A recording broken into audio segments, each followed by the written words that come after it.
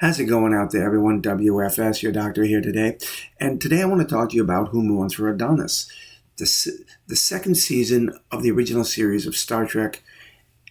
I absolutely loved Who Mourns for Adonais. I thought the show, and this particular episode, to be more precise, was fun, and it had a great story to it. But something I noticed in watching it recently, and this may upset some of you, and this is hard for me to say too, because again, I'm absolutely a big fan of Star Trek, especially the original series.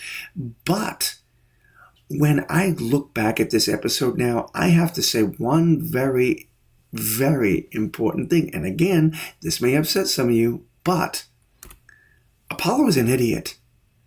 Forgive me. Now, hear me out. Again, I love this episode, but if you listen to the things that he says and how he acts and what he does to the crew, he is a real first-class idiot.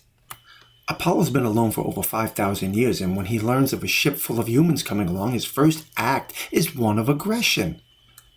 Not only is his first act one of aggression, but when he starts talking to the crew and he doesn't like what they say, he threatens to crush the ship. Yes, my children. Zeus, Athena, Aphrodite, Artemis, a gallant band of travelers. We knew your Earth well 5,000 of your years ago. Okay, so they go down to the planet. He tells them, you're not leaving, you're going to worship me. I've cut off your transporter. I've cut off your communications device. I've trapped your ship in an energy field. And if you don't obey me, I will destroy you. He even admitted earlier on the view screen that he knew that sooner or later mankind would go out to the stars. But he doesn't have the intellect to realize that in going out to the stars, the technology must have advanced enough that they can defend themselves. Not to mention the fact he's forgetting history. Humanity chased off the Greek gods 5,000 years ago. And he seems to think that sooner or later mankind's going to go out to space and that he'll just hold them hostage without any way of defending themselves. Agamemnon was one such as you, and Hercules. Pride and arrogance. They defied me until they felt my wrath. Pride cometh before the fall, people. And here he is telling them about how people opposed him 5,000 years ago with their limited resources. And they learned what happens when you defy Apollo. Now we're talking 5,000 years later, where he has no idea about the people he's dealing with. He's talking to them about shepherds and the beautiful green flocks and sheep and the beautiful sky. He knows nothing about the earth. He knows nothing about the fact that they went through a nuclear war. And it amazes me how these people in the 23rd century would have some idea of who the Greek gods were when, again, you have to consider that during a nuclear war, this type of information probably was wiped out. You know nothing about our kind. You know only our remote ancestors who tremble before your tricks. Your tricks don't frighten us, neither do you. We've come a long way in 5,000 years. Kirk is absolutely right. He knows nothing about them and humanity where it is in that day. He only knows their ancient ancestors. So again, Apollo is really not an intelligent person. He's using his abilities to hold and manipulate, but he's really not that smart.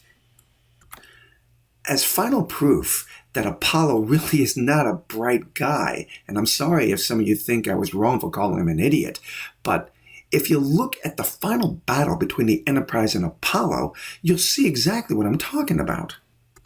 So when the Enterprise fires on Apollo's temple, what do you think Apollo's response should be in this situation? This is the most important thing in his world. This is the source of his power. And what is his response to it?